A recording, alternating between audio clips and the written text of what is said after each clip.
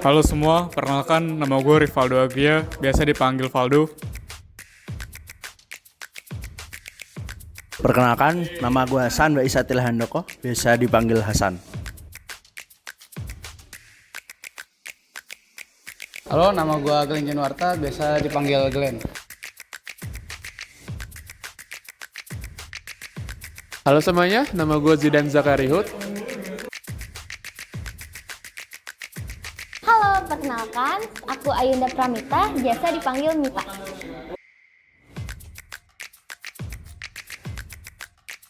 Menurut gue, leadership itu adalah suatu kelompok yang dipimpin oleh seorang, yang dimana pemimpin itu akan menentukan jalan dari kelompoknya itu kemana. Jadi seorang leadership itu penting bagi kelompok yang dipimpin. Menurut gue, leadership itu adalah sebuah dimana kita itu memimpin sebuah kelompok untuk menggapai tujuan tertentu. Jadi ya leadership itu untuk memimpin perkelompokan orang gitu. Leadership menurut gue itu adalah satu hal yang sangat penting, terlebih lagi dalam sebuah tim ya. Karena kalau dalam sebuah tim itu nggak ada leader, karena tim itu nggak bakal bisa kemana-mana gitu, karena tidak ada otak yang akan memimpin mereka untuk mencapai tujuan yang udah mereka pilih atau mereka set gitu.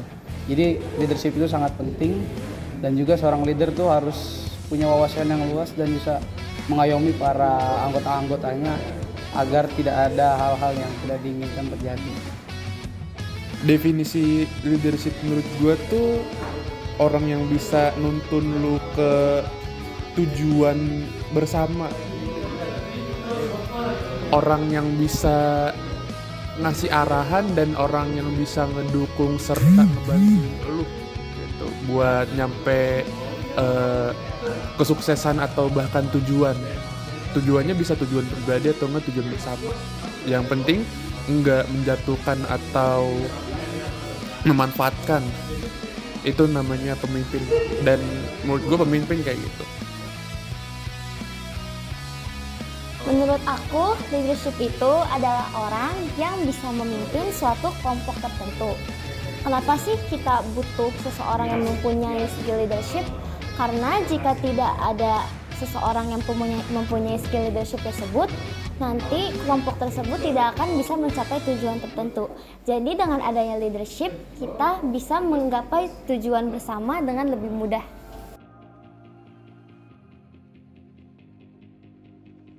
Oke, sebelumnya gue definisikan jadi dua dulu. Pertama, kepemimpinan bagi diri sendiri sama bagi kelompok.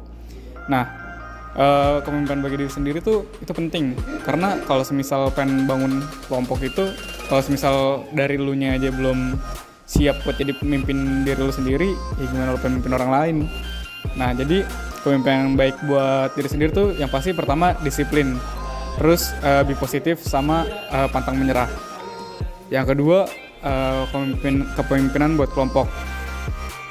Jadi kepemimpinan yang baik buat kelompok tuh ya, bisa dibilang lu bisa ngebawa teman-teman kelompok lu menuju jalan yang positif, jalan yang tidak membahayakan tapi progresif.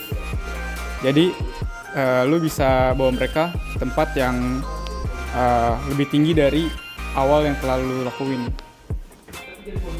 Sama salah satu hal yang gak boleh lu lakuin buat jadi pemimpin adalah pesimis sih. Pesimis tuh gak boleh. Jadi ya gitu. Kepemimpinan yang baik tuh menurut gue pemimpinnya harus peduli sama anggota-anggotanya. Terus juga dia harus memiliki kemampuan membangun tim agar timnya bisa peduli dan bisa ikut serta dengan apa yang ingin dicapai bersama. Terus juga memiliki integritas yang baik, ilmu komunikasi yang baik, biar bisa pesan-pesannya biar bisa kesampaian sama semuanya. Ya gitu deh. Oke, kepemimpinan yang baik itu kalau menurut gue ya, salah satunya itu harus ada yang namanya kesejahteraan di anggota gitu. Jadi kesejahteraan di anggota itu maksudnya jadi setiap anggota yang mengeluarkan pendapat atau usulan dia kepada sang pemimpin itu harus selalu didengar dan nggak boleh ada yang apa ya kasarnya kayak diskriminasi atau tidak diterima gitu pendapatnya.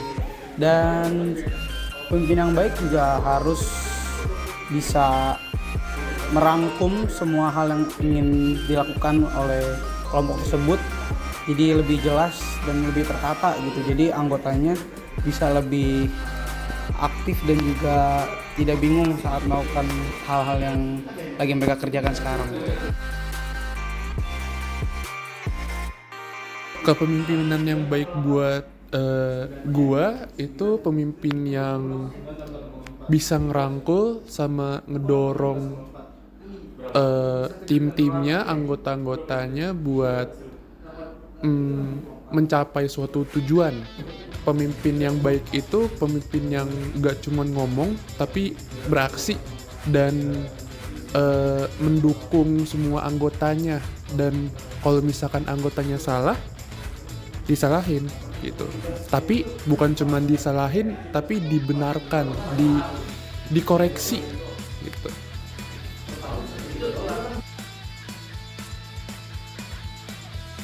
Menurut aku leadership yang baik itu yang terpenting dia bisa bertanggung jawab. Bertanggung jawab gimana? Bertanggung jawab terhadap suatu kelompoknya. Selain itu, menurut aku leadership itu tuh harus adil dan jujur.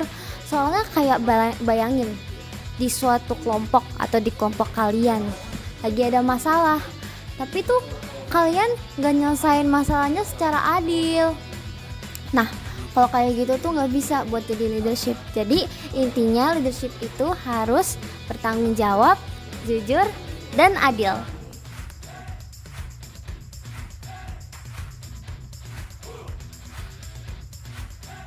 Ini konteksnya tentang bagaimana pemimpin menanggapi kesalahan dari anggotanya. Jadi salah satu hal yang bisa dilakukan pemimpin untuk menangani kesalahan dari anggotanya ialah klarifikasi adalah hal pertama yang harus dilakukan seorang pemimpin. Mengakui kesalahan setiap anggota adalah plan selanjutnya. Dan yang terakhir adalah kita mencoba untuk memberikan saran dan memberikan masukan kepada orang yang memiliki kesalahan tersebut agar kelompok tuh semakin berkembang dan berkelanjutan. Seorang pemimpin harus bisa menangani kesalahan, karena tidak mungkin seorang pemimpin itu sempurna. Kalaupun pemimpin itu sempurna, anggotanya nggak mungkin kan. Jadi menurut gue dia harus bisa evaluasi langkah di mana dia salah, memperhatikan langkah-langkahnya di proyek berikutnya atau kegiatan-kegiatan berikutnya.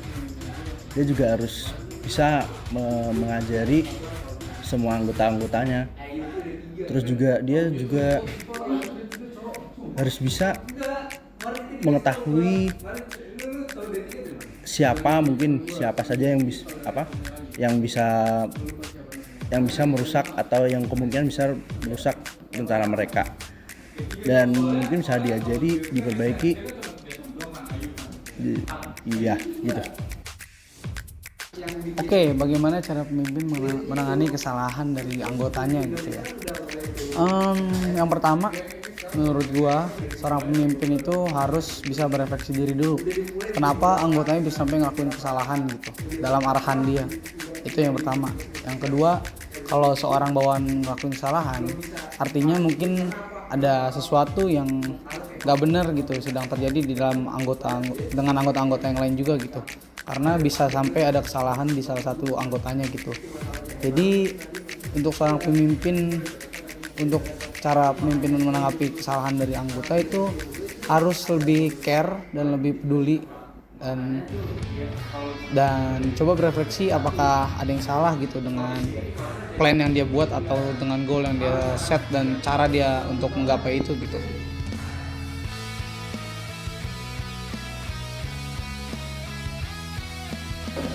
buat mengatasi kegagalan anggotanya, seorang pemimpin harus satu berani tanggung jawab. Itu yang paling penting, berani tanggung jawab, dan dia harus berani untuk mengkoreksi dan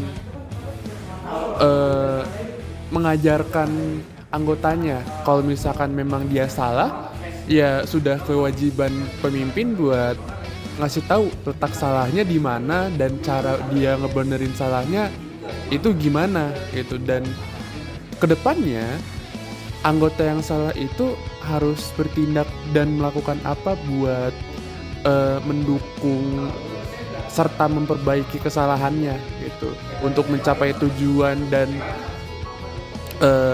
profit perusahaan mungkin ya. Jadi pemimpin harus bisa satu tanggung jawab, dua ngajarin dan mengkoreksi anggotanya.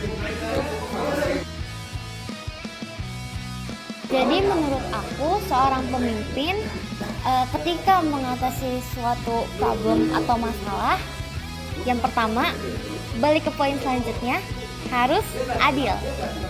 Jadi pasti dalam suatu kelompok atau grup itu pasti akan memiliki kesalahan atau kegagalan lah atau problem lah. Nah, gimana cara si pemimpin itu untuk mengatasinya? Si pemimpin itu harus mengatasi kesalahannya secara adil. Jadi dia nggak boleh membeda-bedakan anggota yang satu dengan anggota yang lainnya, gitu.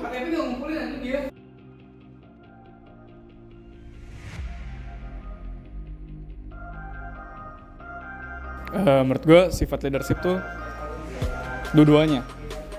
Ada yang udah bawaan, ada yang bisa dipelajarin. Jadi buat yang belum punya sifat leadership itu sendiri, jangan pesimis buat belajar hal itu. Kayak menurut gue masih banyak hal yang bisa dipelajarin di dunia ini. Yang salah adalah kita nggak belajar sama sekali. Menurut gue belajar juga itu adalah bagian dari sikap leadership itu tersendiri. Gimana caranya kita memimpin sebuah kelompok kalau kita aja nggak mau berkembang, kalau kita aja nggak mau belajar. Jadi menurut gue sikap leadership tuh bisa dua-duanya, tapi lebih condong ke bisa dipelajarin. Menurut gue sih dua-duanya bisa ya, tapi yang dari lahir pun harus juga dilatih. Soalnya kalau misalnya skill itu walaupun udah bawaan, kalau nggak diasah mah masih tetap aja tumpul. Sebenarnya kita juga harus juga belajar leadership gitu, biar minimal kita bisa tahu lah rasanya jadi leader itu kayak gimana. Jadi ya gitu deh. Oke, sifat leadership ya. Kalau menurut gue sih bisa keduanya ya. Karena menurut gue sebagai seorang manusia nih, nalurinya kita itu gak bakal mau diatur orang gitu. Jadi setiap manusia tuh pasti kebanyakan udah punya sifat kepemimpinan atau sifat gak mau diatur sejak kecil gitu. Jadi calon-calon untuk menjadi pemimpin tuh sebenarnya banyak.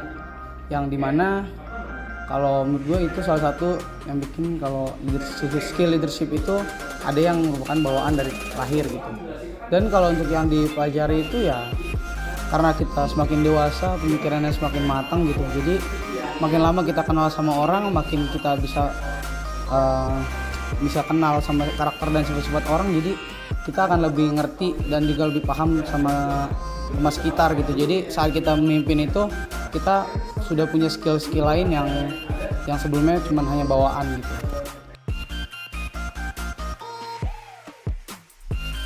Leadership itu bawaan atau belajar. Menurut gue leadership itu nggak dari bawaan. Menurut gue leadership itu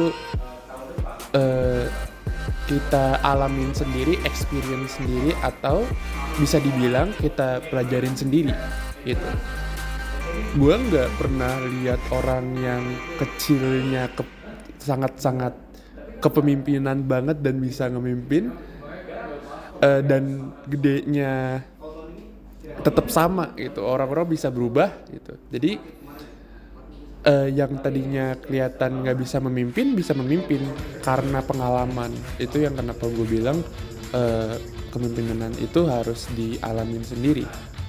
bukan alami.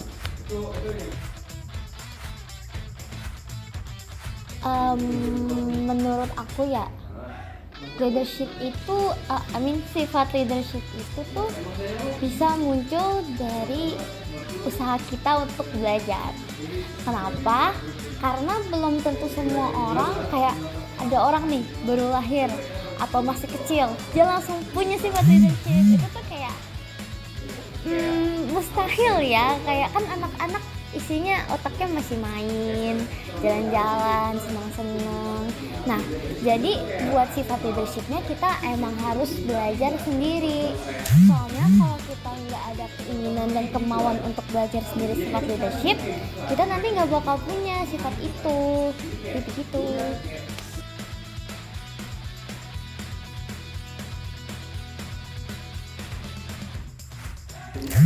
Menurut gue komunikasi dalam kepemimpinan itu penting. Bahkan antar kelompok pun itu penting. Antar teman bersama itu juga penting. Antar keluarga itu juga penting. Komunikasi itu sangat esensial hakikatnya, sampai-sampai tidak bisa dihilangkan dalam suatu kejadian sosial. Jadi menurut gue gimana cara kita membawa kelompok kita menuju hierarki yang lebih tinggi adalah dengan komunikasi yang baik dan progresif. Komunikasi itu penting banget sebagai kemampuan leadership, soalnya untuk menyampaikan pesan-pesan lo, tujuan-tujuan lo, semua yang ingin lo sampaikan itu harus dengan komunikasi. Kalau misalnya